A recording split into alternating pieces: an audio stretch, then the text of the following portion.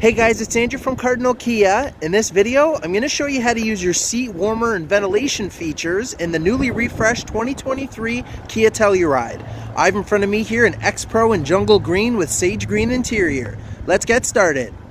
Okay, so to start us off, the buttons for our heated and air-cooled / ventilated front seats are located down here in the center console. We have the driver's side one on the left and the passenger side one on the right.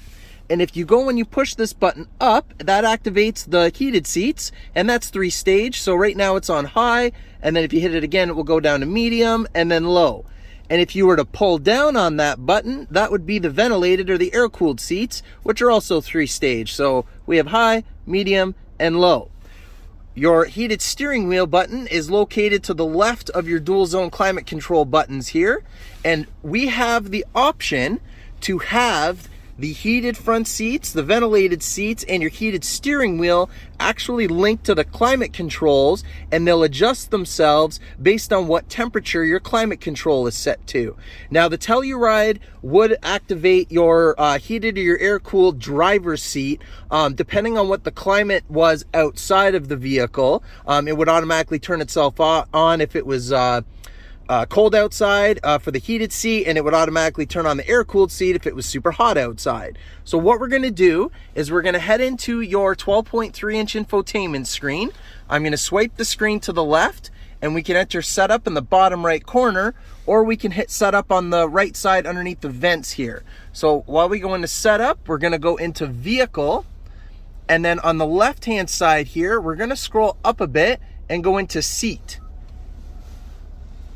We're going to see in the middle here, it says warmer / ventilation features. So I'm going to head into there. And then we're going to go into link to climate settings for auto adjustment. So we'll touch that. And now you'll see we have the option to turn on the steering wheel warmer, and we can turn on the driver's seat warmer / ventilation under here. So I'm going to go ahead and turn both of those on.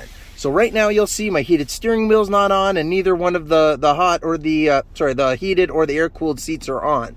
And right now my climate is set to 20 degrees Celsius. So I'm going to go ahead and raise the temperature, and as I do, we're going to notice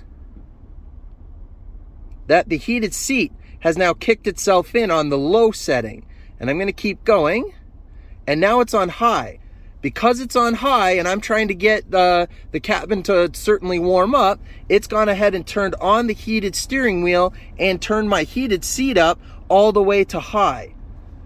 If I were to take the temperature back a bit, you see I went down a bit, and then it even dropped down, and now it's dropped down again. So it's adjusting itself based on what I have my current climate control set to, and I do imagine that just the general internal temperature of the cabin and the outside temperature would also affect this, because I was playing with it and I dropped it down to like all the way to the coldest, and I mean like the air conditioning came on, but my ventilated seat didn't come on.